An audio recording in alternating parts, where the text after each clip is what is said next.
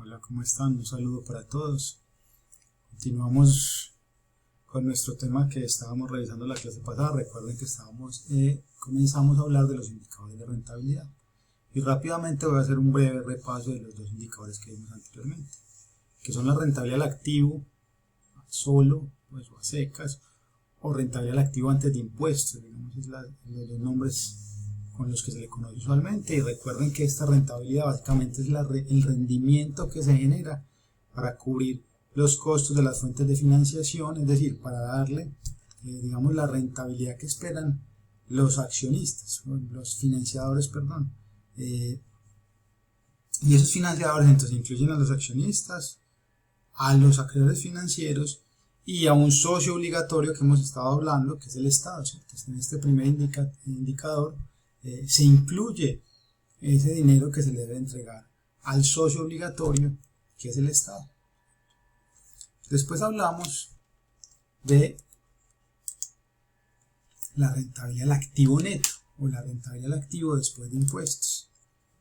Y esa rentabilidad del activo de impuestos habíamos visto pues que detrae o le resta a la utilidad operativa el pago del impuesto. Por lo tanto, se conoce como utilidad operativa después de impuestos, que es esto lo que tenemos aquí en la parte frontal.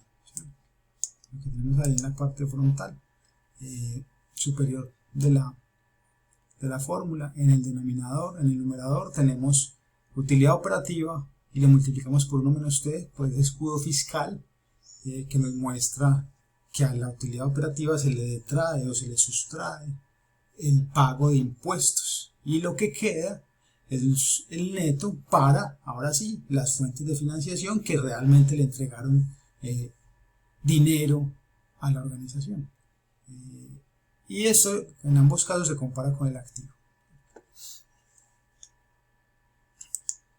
Habíamos dicho también en la clase anterior que los referentes naturales para comparar la rentabilidad del activo, bien sea antes de impuestos o después, o la neta, es el costo de capital antes de impuestos o el costo de capital después de impuestos.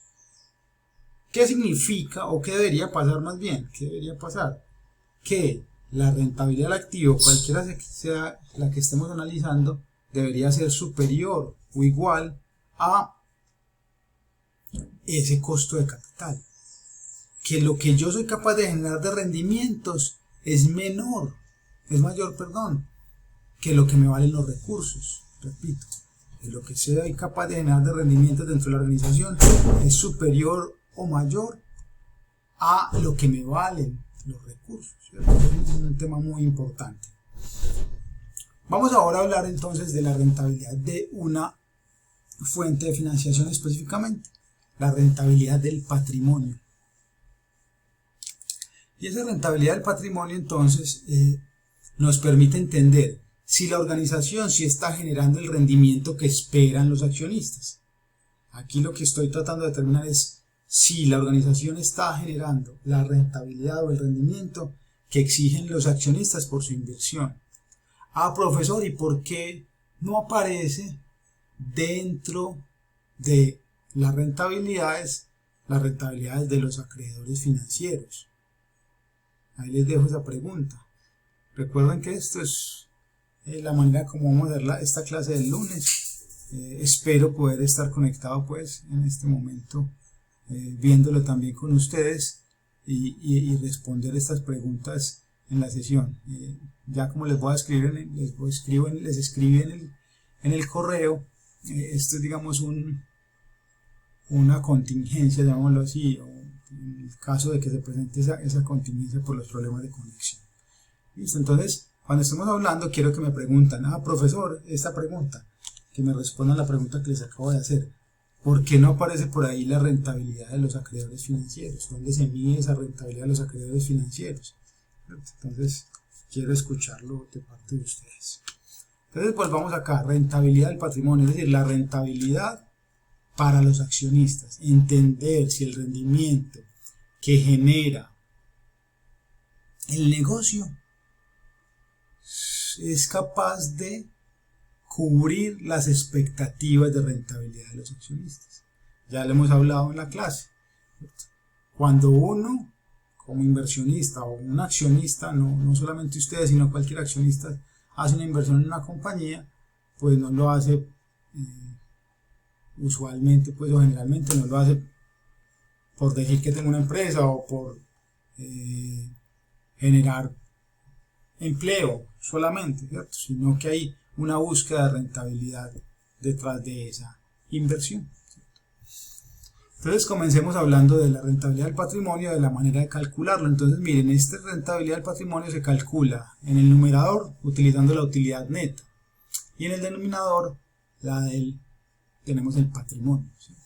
Y recuerden, al igual que la clase pasada, que aparecen aquí los subíndices. Tenemos el patrimonio del periodo anterior. Ese análisis que hicimos en la clase pasada de cuál es la inversión que me permite generar la utilidad se aplica para este caso. ¿Cuál es el patrimonio? ¿Cuál es la inversión de los accionistas que me permite generar una utilidad neta? ¿Cierto? Una utilidad para los accionistas. Entonces, usualmente, a no ser que haya habido capitalizaciones o descapitalizaciones, llamémoslo así, pues, o disminuciones del capital, ese patrimonio es el del inicio del periodo. Y aquí es mucho más claro que en otros casos. ¿Listo? Esta forma de cálculo entonces al relacionar esta utilidad neta con la inversión que hacen los accionistas al inicio del periodo, que es la que me permite generar dicha utilidad, recuerden que el patrimonio al final del periodo incluye esas utilidades del periodo, por lo tanto es más una consecuencia. Ese patrimonio final es más una consecuencia de utilidad que una causa de la utilidad. ¿Listo? Por eso aquí sí que es más claro esa necesidad de utilizar el patrimonio al inicio del periodo, salvo aquellos casos que ese sí es menos común el caso donde haya capitalizaciones o descapitalizaciones. ¿Listo? Entonces esta forma de cálculo de la rentabilidad del patrimonio tiene en cuenta el impuesto, es decir, miren que ya tengo la utilidad neta, ya cubrí el impuesto, ya cubrí los gastos financieros, es decir, el costo de los acreedores financieros. Entonces ya cubrí todo, es lo que me queda disponible, bien sea para repartir en los accionistas o para reinvertir. Entonces esta forma de cálculo de la rentabilidad del patrimonio ya ha descontado el impuesto, por lo tanto es un indicador de la rentabilidad real que obtienen los propietarios de una empresa. Y recuerden que esa rentabilidad real debe estar acorde a las expectativas de rentabilidad. ¿Y qué quiere decir eso? ¿O qué tiene en cuenta la expectativa de rentabilidad? Recuerden que hablamos al comienzo de la materia, por allá en las primeras semanas, que tiene que ver con ser capaz de cubrir el riesgo a los que están expuestos, compensar esos riesgos a los que están expuestos los accionistas. ¿Listo? Vamos con las preguntas. Digamos que aquí un poco más rápido que usualmente en clase, pero ustedes pueden hacer una pausa aquí, igual voy a hacer una pequeña pausita para que ustedes respondan. Primera pregunta, ¿cuál es la primera pregunta? ¿Dónde encuentro la información para calcular dicho indicador? ¿Dónde encuentro la utilidad neta y dónde encuentro el patrimonio?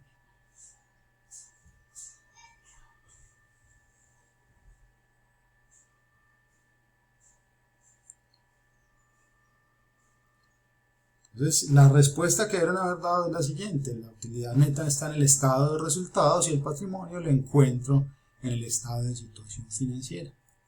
Siguiente pregunta, la segunda pregunta. ¿Cuál es el valor deseable de este indicador? ¿Cómo quiero que sea el comportamiento? ¿Hacia dónde debería tender este indicador?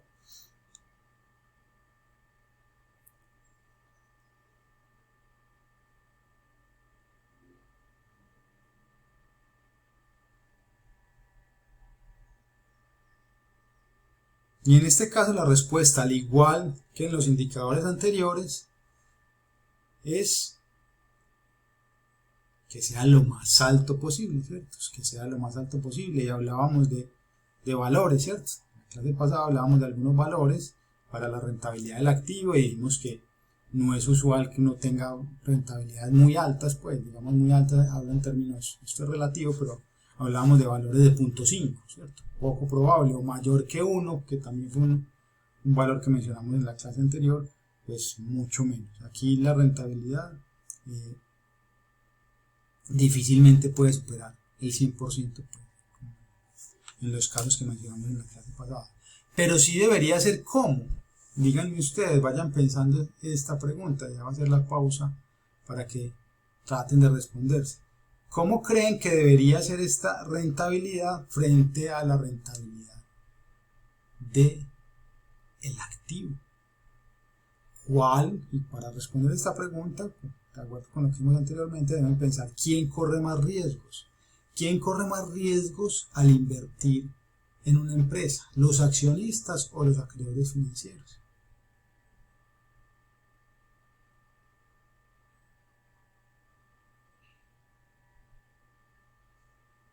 Y para responder esta pregunta deben recordar por allá de sus clases de legislación que vieron por allá al principio, cuál es la jerarquía de pago en caso de una liquidación. Es decir, cuando una empresa no funciona, ¿a quién se le paga primero? ¿Cierto? Tenemos cuatro actores fundamentales en el orden o en la jerarquización del pago. Entonces, primero se le paga al fisco. Cuando hay caso, en el caso de una liquidación, los activos que quedan dentro de la compañía primero se utilizan para pagarle al fisco. Segundo, para pagarlos a los empleados, las deudas laborales o el pasivo laboral. Tercero, a los acreedores, tanto financieros como comerciales. Y cuarto, si hay todavía recursos, miren que todo esto es mientras se va agotando, a los accionistas, ¿cierto? Entonces, de acuerdo con esto, ¿quién corre más riesgos y por lo tanto quién debería tener mayor rentabilidad?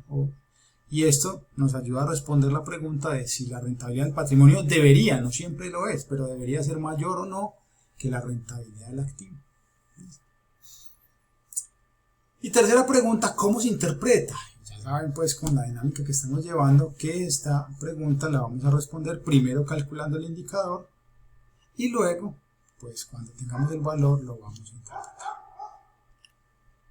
Nos vamos a ir para nuestro archivo de Excel y vamos a calcular la rentabilidad del patrimonio. Para calcular esta rentabilidad del patrimonio habíamos anotado por aquí el patrimonio desde la clase pasada, habíamos anotado por aquí el patrimonio del 2017, el patrimonio de diciembre 31 de 2017. Entonces vamos a, también necesitamos las notas, la nota, vayan ustedes abriendo su archivo de Excel y necesitamos la nota de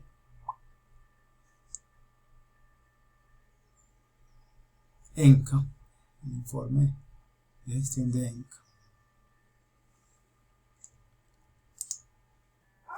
Entonces vamos a buscar, aquí en el informe, como les estaba diciendo, aquí en el informe de ENCA, vamos a buscar el valor del patrimonio para el inicio del 2019. Vamos a calcular inicialmente el del 2019. Y ese patrimonio al inicio del 2019, que corresponde con el fin del 2018, aquí lo podemos ver, era de 376.471 millones de pesos. 376.471. Recuerden que aquí pues, en la parte superior del estado de situación financiera nos dicen que la segunda columna corresponde al 2018. 376.471, la cifra que necesitamos. Entonces vamos a decirle, numerador, ¿dónde está el numerador? Dijimos que el numerador está en el estado de resultados, utilidad neta o ganancia neta del periodo, dividido ese valor del patrimonio que fueron 376.471.